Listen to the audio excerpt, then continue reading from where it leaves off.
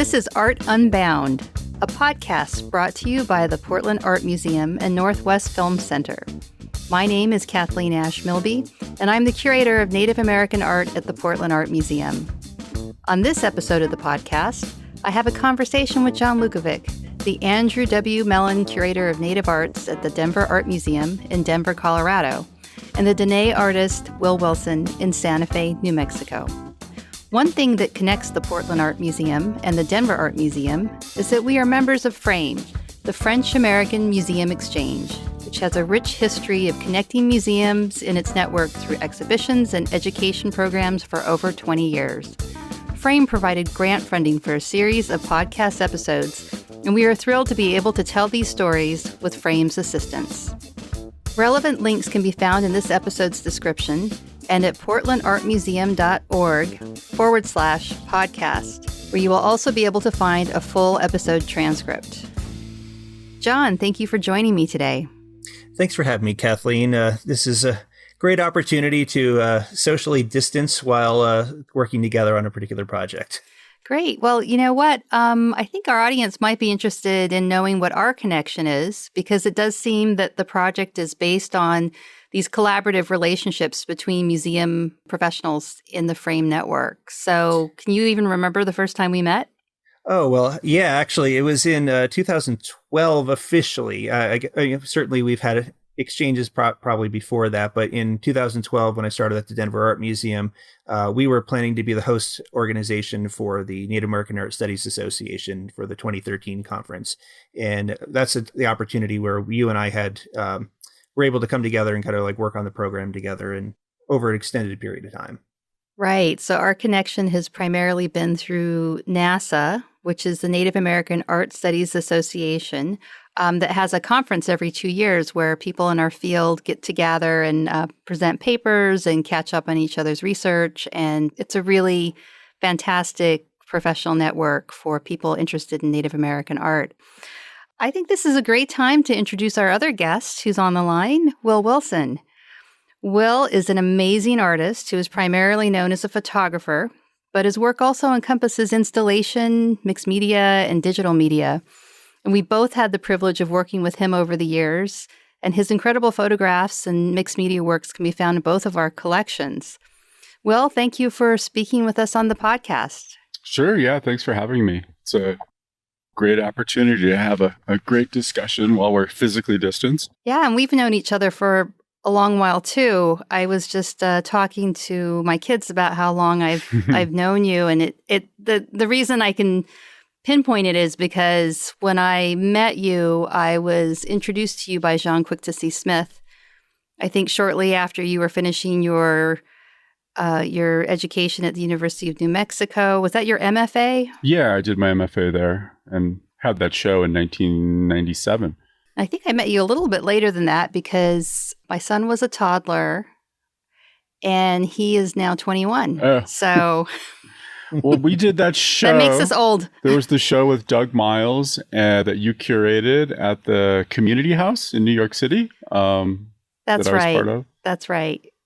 That was one of my earliest exhibitions that I organized at the American Indian Community House in New York City. And that was basically the studio visit where I learned about your work and was really excited to work with you and put that together. And then we had another exhibition that was originally organized by the Heard Museum that came to the National Museum of the American Indian. And that one was titled Autoimmune Response. And it was the series that we're going to be talking about today. What about you, John? When did you meet Will? So it's not quite as far in the past as that. However, it was in the summer of 2012 when, Will, I believe you did your first CPIX project during Indian Market in Santa Fe. And that's a critical Indigenous photographic exchange. Could you talk a little bit about that project? Sure.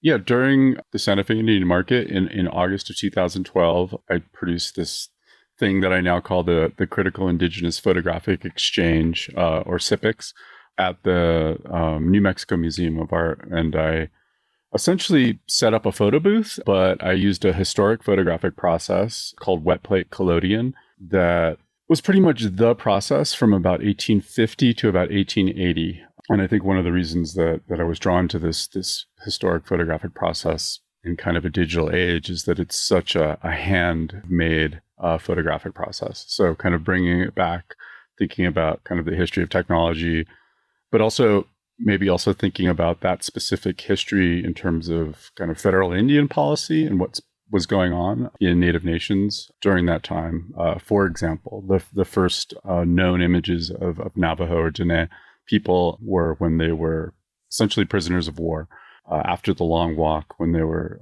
at the Bosque Redondo or Fort Sumner in New Mexico. And so kind of linkages between kind of histories of technology and histories of colonialism, essentially. Yeah, and it was that first series that you did that brought my attention. And then I invited you to be an artist in residence in 2013 at the Denver Art Museum, where you continue that series.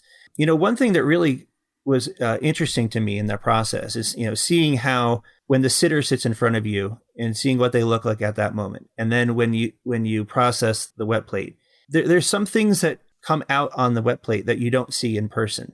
Looking at some people who appear, more light-skinned in person came out incredibly dark in some of your images. And it got me thinking about, like, when we look at historical photos, what are we truly seeing and how are we interpreting that? And are these historic photos actually giving us maybe a false sense of what the past was and who the people were in the past, and then potentially even influencing how we're seeing people today in the present? I think that for sure that's something that series is trying to explore, thinking about a technology that normally we think of as kind of being neutral or not having, specific kind of social or historical specificity, or resonance. Like, photography is not neutral, the way that emulsion represents skin tone. If you have reds, browns, or yellows in your skin, you do come out a lot darker, and your skin almost looks like leather, like an aged or a worked leather. And I guess when I first recognized that was at the artist in residence at Denver, because there was a woman, Corey Van Zijtveld. I think she still works there at the Denver Art Museum. But she came in and, a pretty light complected woman, a redhead, and you couldn't really see her freckles in normal light. But when I made the tintype and it resolved in front of us, because part of the process is to bring people in to watch the processing, she became this leopard woman because the orange freckles in her face they didn't expose the emulsion. And so they were very, very dark. And, in that instance, I think, it clicked. Like, this is a very interesting kind of way to transform the way that we think about representation and skin tone, I guess.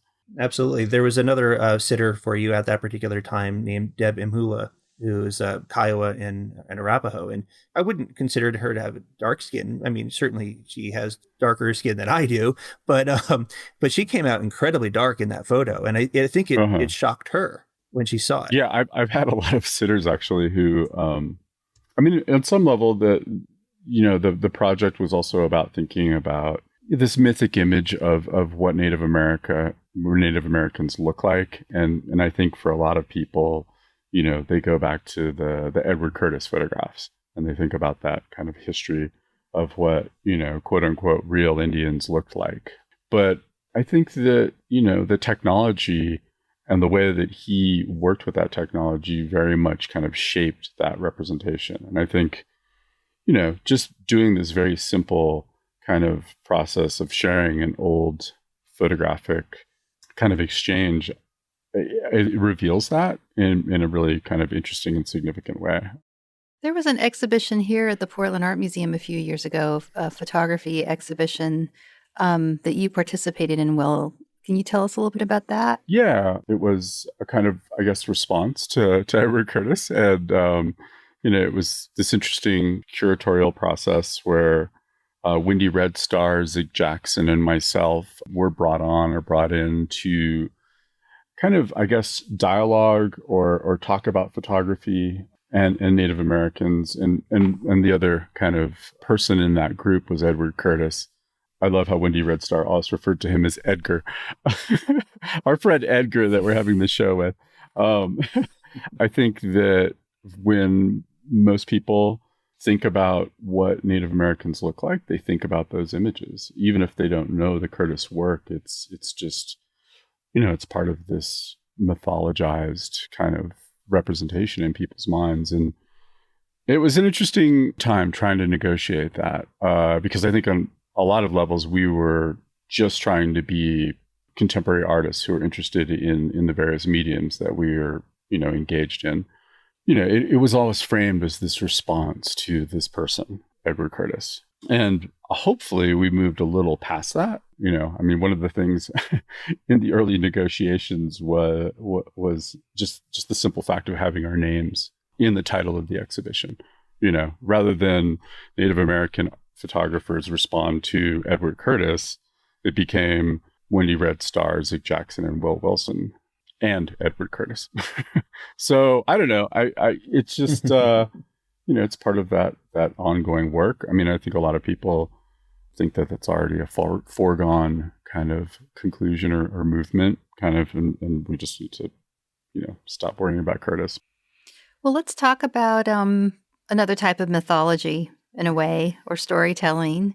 When we look at your series, Autoimmune Response, it was a series that I really thought would be relevant to talk about today because it's a post-apocalyptic look at the world. And looking back at that series now, it's 14 years later, but in some ways it seems like it's more relevant than ever. So, Will, can you describe this work for our listeners? Sure.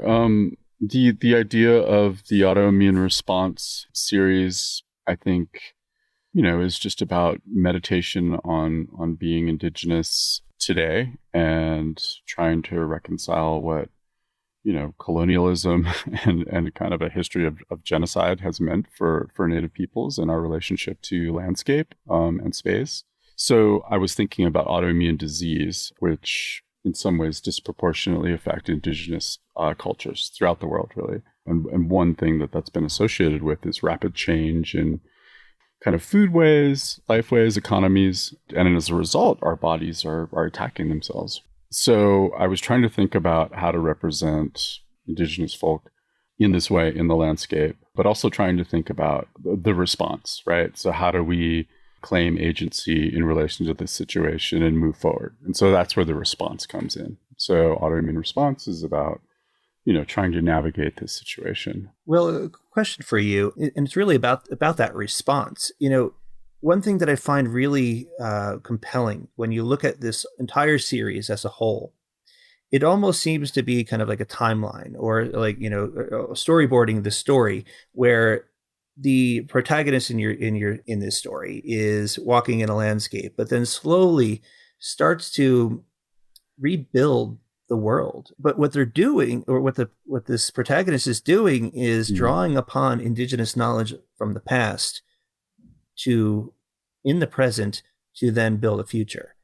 And so this idea of kind of looking back and using Indigenous knowledge as a way to heal ourselves and the land and our communities is something really strong and powerful to me. Like, is Indigenous knowledge something that you're thinking about as you're moving this story forward? Yeah, for sure. I think in the first iteration of that exhibition, we see the protagonist, he's dealing with the situation, and then he finds shelter. He finds a hogan, which is a customary kind of Navajo architecture. And then by the end of that series, he's created his own version of the hogan, which is this kind of metal framework, and inside of it there's a bed.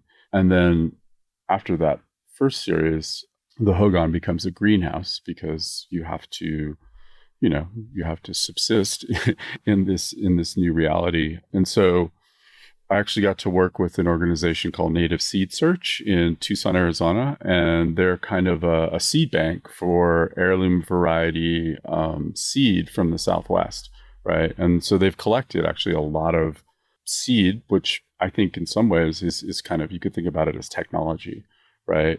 A kind of technology that is developed in collaboration with life, right? And with the earth. And that, there's a reason Hopis are able to cultivate corn in very, very arid environments, and, I remember my grandfather having these amazing fields just, below Tuba City in the Moenkopi Wash. It was almost a paradise. There was corn, he had grapevines, he had peach trees, just this really lush kind of environment. And that seed was something that had been developed over generations, So for sure, I've been thinking about that. And more I'm trying to think about how to extend that series. And it's always been kind of this desire to grab the best of like contemporary technology and marry it with,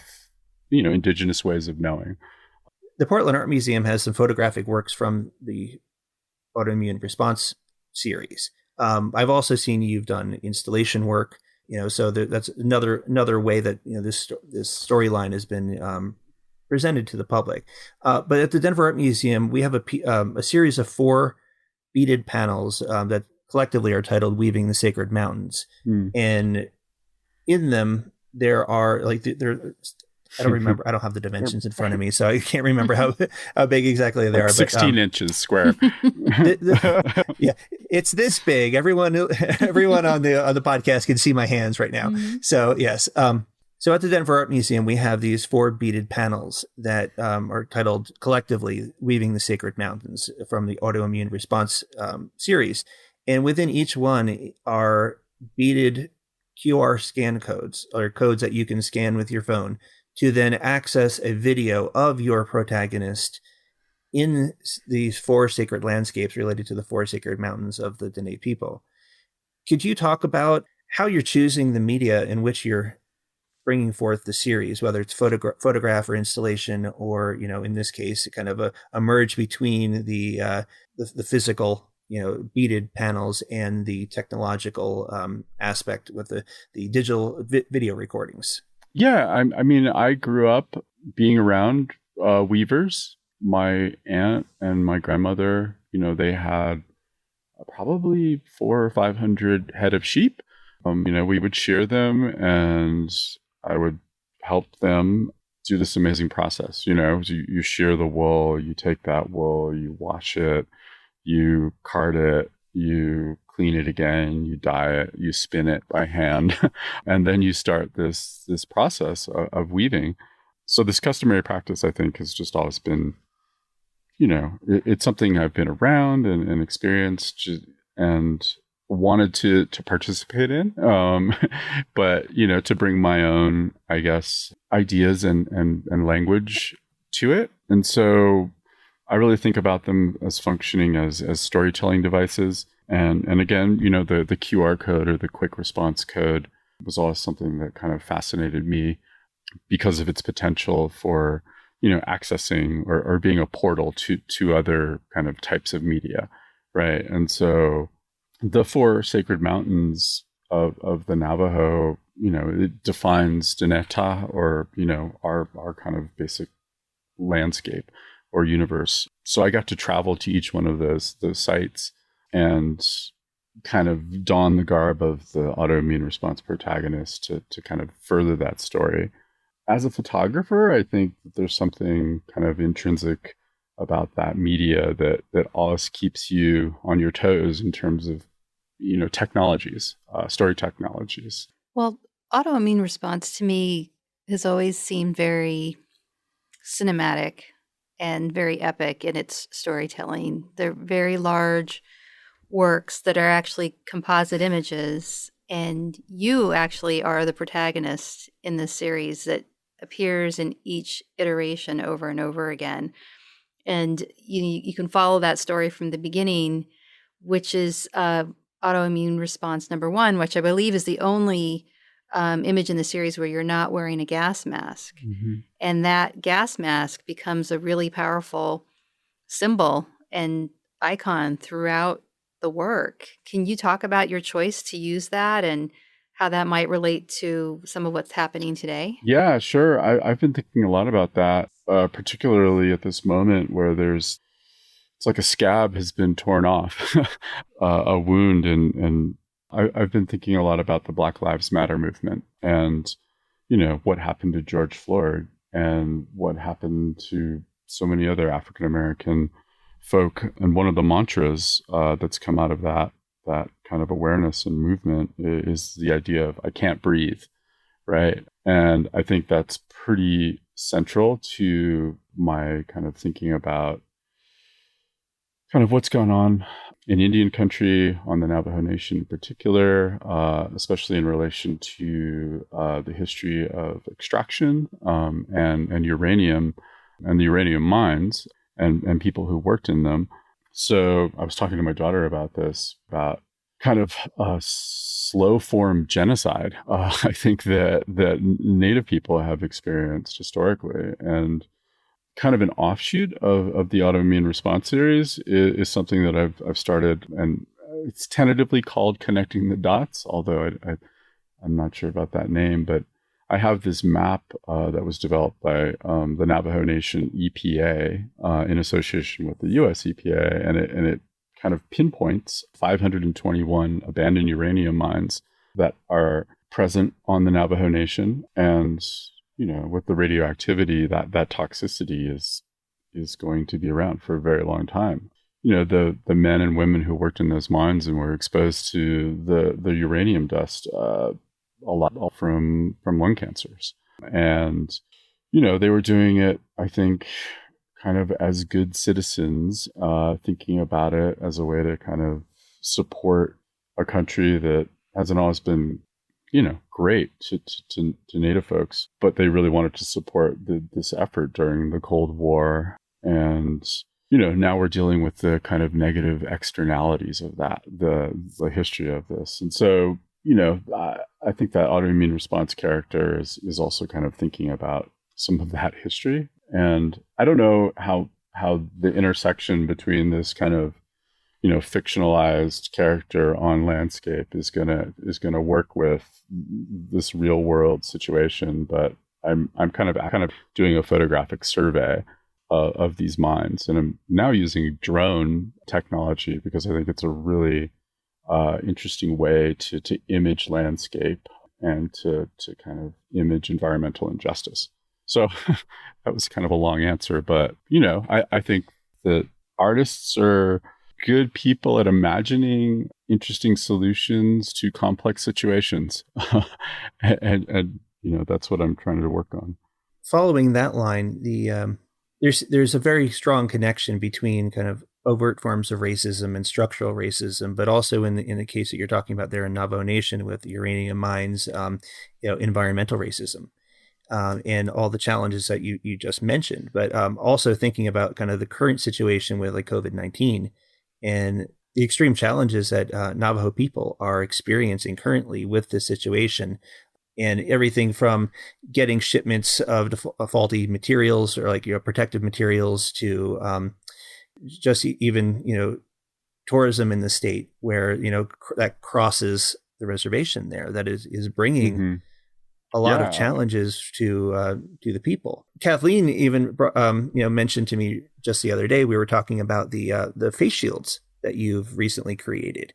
Could you talk a little bit about like that? I mean, not that it's necessarily viewed as an art project, but that, you know, you're doing something to actually try to help the community. Yeah, I mean, I think, you know, like so many people and some of the amazing kind of mutual aid organizations that have happened, that sprung up in response to the coronavirus and what's going on the Navajo Nation in particular, I wanted to do something, but I also felt like it's probably best for me to stay home and be a good citizen and listen to all of the important kind of restrictions that we're supposed to adhere to combat this. But yeah, I started to make face shields. I run the photo program at the Santa Fe Community College, and I'm also kind of interested in this technology called rapid prototyping. So we have 3D printers and we have laser cutters. And pretty quickly, I saw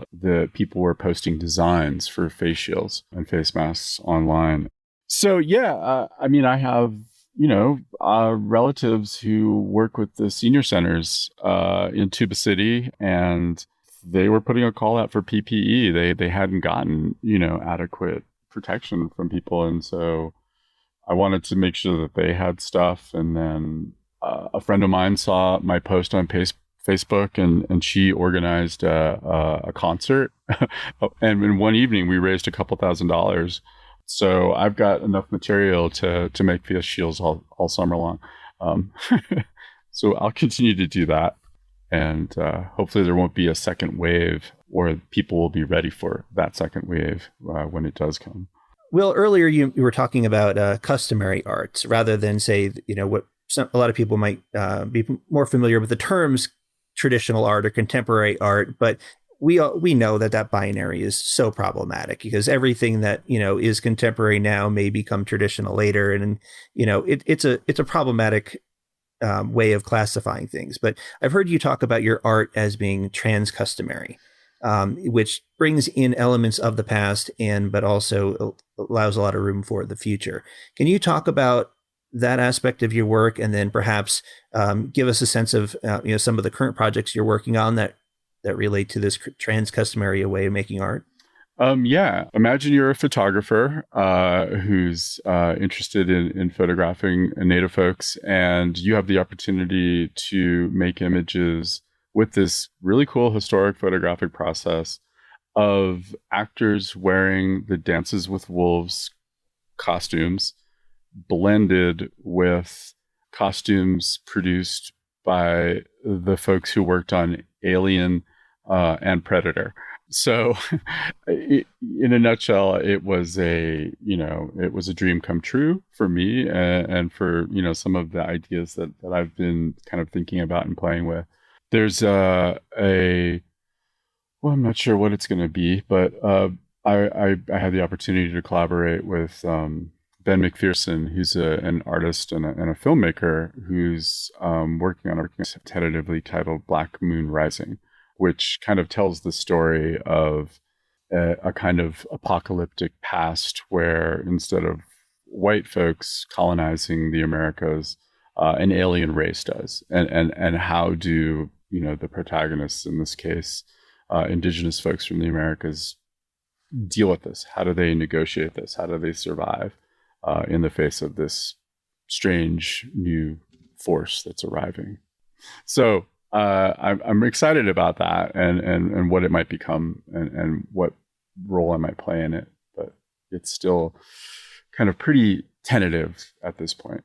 And for those who are unfamiliar with the term, could you explain what you mean by trans-customary and how it applies to your work? Yeah, so the term trans-customary, I believe it was developed by a professor, a theoretician, a Maori man named Robert Yonke from New Zealand. And he basically had a problem with this kind of age-old binary, the kind of historic or traditional and the modern, right, or progressive. And, he said, essentially, we don't need either or, we can be both. And so this idea of the trans-customary is when you're looking at tried and true kind of historical practice that has been termed traditional, and blending it with, the best of whatever the modern kind of day offers, then that space is a trans-customary space. It's this kind of hybrid place where those two things get to merge. And it's certainly something that I've done. I mean, it is definitely a strange binary, right? I mean, it's just design, and people kind of engaging with technology because it went through this weird ethnographic lens. Like for us, it got termed traditional arts and contemporary art.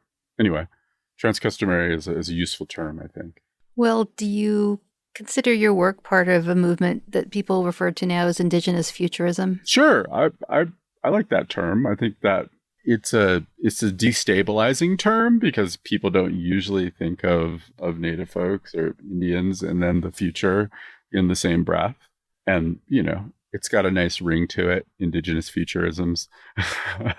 Yeah. And I think, yes, we are here and we are making exciting, interesting work, and, on into the future we go. Great. I had an opportunity a long time ago to have a group of students from the Institute of American Indian Arts come to my studio when I was a grad student at the University of New Mexico. There's a woman named Melanie Yazzie who's a printmaking instructor. Now she's one of my favorite people ever. Yeah. So now Melanie is, at the University of Colorado Boulder. But she brought her students down, and I had no idea that this was going to happen. And I turn around, and all of a sudden the room is filled with all of these like Indian art kids. And we had a great discussion. But one of the things that one of the students talked about was they said they were thinking about remembering the future, and that was their kind of like practice as a contemporary Native artist. And that always stuck with me. And, it's something that I've always wanted to kind of include or think about in my work. This idea of Native folk remembering the future.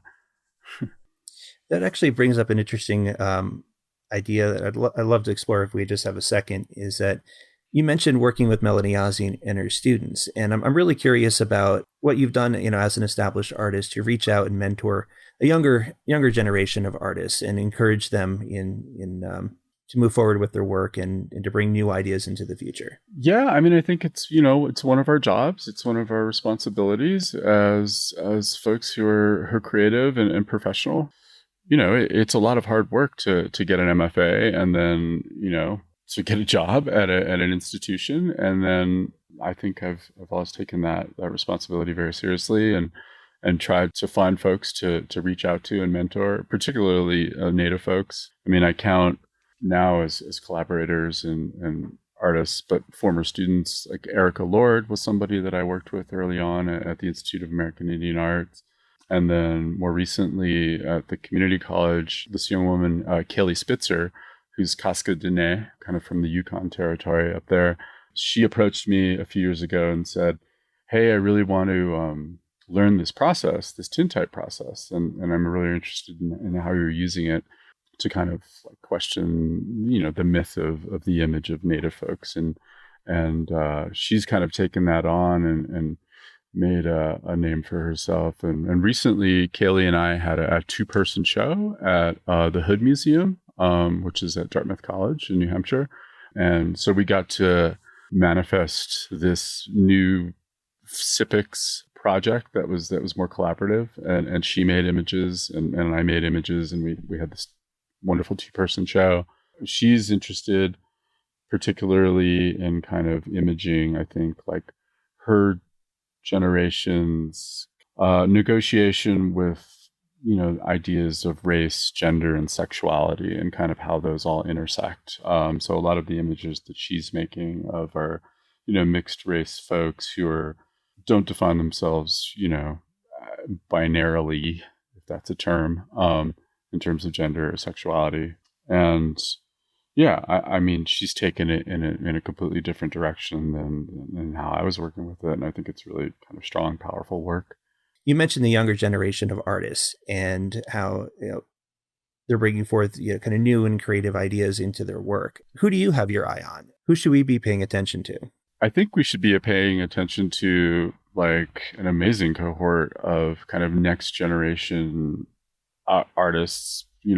A couple of people that I've had the pleasure of working with are, like we were talking about, Kelly Spitzer. I think her work is amazing. Chinupa, he's not so much up and coming anymore as he is pretty well established. So Chinupa Hanska Luger's work is I think really powerful and strong. There's a young Navajo artist who's doing a lot of kind of performance, and then if it's installation that's kind of residual performance that's left over. Eric Riege, I think is his name. Do you know his work? He was in the Site Santa Fe Triennial recently. Damien Dene Yaj, I think his work is pretty remarkable and powerful. I also like to think about how like Jean Quick to See Smith was somebody who mentored me and encouraged me, and the work that she did enabled kind of the practice that I was able to enjoy. Just, someone like Halea Sinajini, who was forcing her way into these institutions and saying, no, we have to make space for, Native photographers or queer photographers, I mean, it's really cool to see that kind of evolution as we move forward. I mean, like Nick Glennon and Jeffrey Gibson, they're like, they're some of the most important artists in the world right now. Yeah, they're killing and it. They're indigenous. Yeah. Yeah, no, and I really appreciate how you reference kind of the older generation as well, because, Kathleen and I have had this conversation many times where how over the course of even the 20th century into this century, it seems like every decade or so, or every 2 decades, there's a moment in Indigenous arts where people start paying attention. And then for whatever reason, it just wanes. And there are moments in time where important artists, Indigenous artists, have been making work, but they happen to be doing work at a time when the majority of the population of the US or the world were not actually paying attention to Indigenous arts. Kathleen worked on a project of Kay Walking Stick's work. I mean, Kay's been doing incredible work for decades and decades and decades, but, she just got her first major retrospective in the show that Kathleen and David Penny curated. So there's a lot of artists who are from a generation or even two generations before you that have been creating incredible work, and many of them are still making great work today. But just because of when they were doing it and who was paying attention at that time, maybe they haven't gotten the recognition and the due that they deserve. So I sincerely appreciate you referencing, Jean's work and Halea's work. Sure. So, Will, do you have any questions for me or John? Yeah, I guess and this is part of the response, right? You're creating podcasts and stuff, but it seems like, we've all been forced to make this shift. And I've been thinking about it for a while, but there's this strange term called, it's an economist term. It's called disintermediation. and the idea is basically you're taking the middleman out, right? So producers are us. We can make our own content now and get it out there. We're not kind of beholden to this distributor. And I guess I just wonder what you think about this new time and space for exhibition and for kind of cultural engagement, because, museums are these brick and mortar institutions with these objects and collection. Like more and more, it seems like to be relevant, you have to make this shift to the ether that we're all kind of struggling with. And I guess, I don't know, do you have any predictions about what this moment means? Like, are we all being forced to get into gear and turn on our Instagram and Twitter and TikTok? Well, I think that we're definitely all being forced to learn new technology and to get comfortable with technology. And I think that is going to be a good thing no matter what. A year from now, 2 years from now, I think that this moment is taking away some of the fear and reluctance people have had to really leverage the technology that was already in place. So I think that's a really good thing. I think it's great that the arts are really making a statement on these different platforms, and people are looking at art as part of an essential part of life, that this is something that gets us through adversity, and this is something that helps us see things differently. Art can tell us so much more, than just words. But I do think that, museums aren't going to go away, and I don't think that experiencing art in person is ever going to go away, because I think that this is also a moment when we're realizing that it's not a substitute for being with the real thing. Your work reproduces really wonderfully digitally, Will, and it's beautiful. But when you see these monumental photographs in person, they're just awe-inspiring. Yeah. And to that, I would add that, being in person is a different experience than being online. And so we are currently adjusting to the current situation. But to me, I think it's more that we're being pushed to think creatively, and we're responding to it in this particular way right now. But the creativity that it's actually spurring, I think will actually maybe integrate into our work moving forward into the future. What that looks like yet, I don't really know. We haven't even had the opportunity to take some of the things that we're learning from this and putting it into action in our galleries.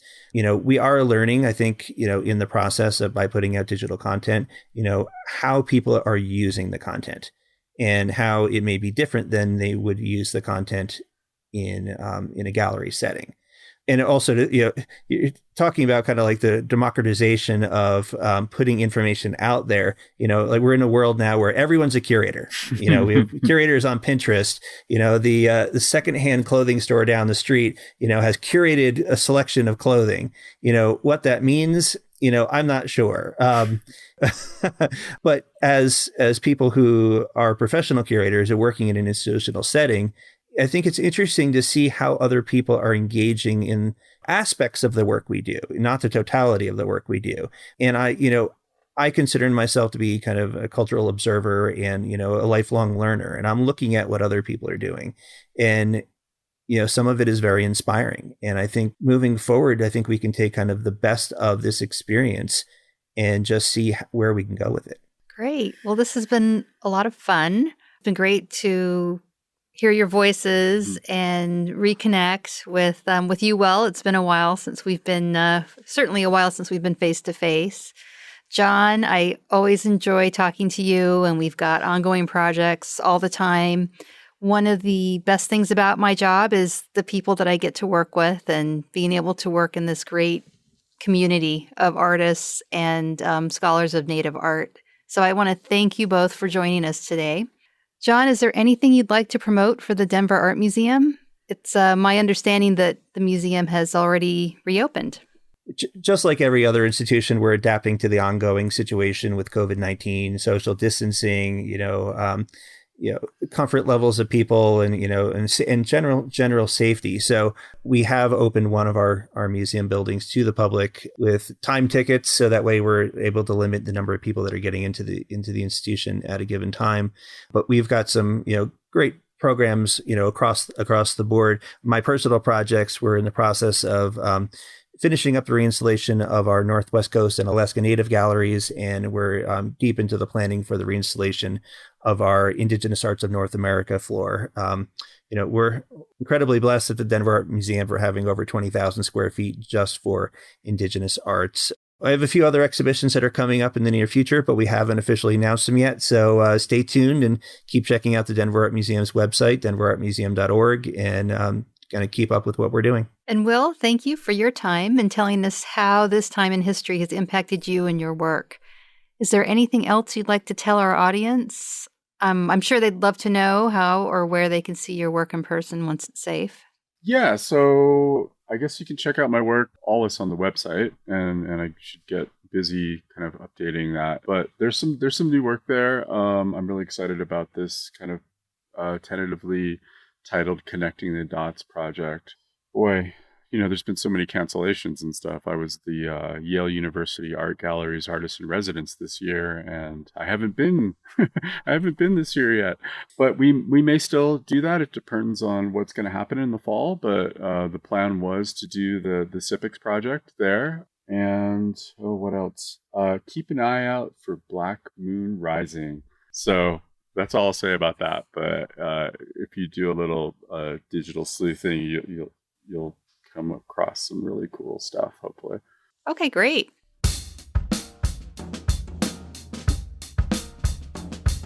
Thank you for listening to Art Unbound. Be sure to subscribe to the podcast so you can be alerted when the next episode is released. I'd like to thank John Lukavic and Will Wilson for joining me in our conversation about the impact of the current state of the world as it relates to Native American art.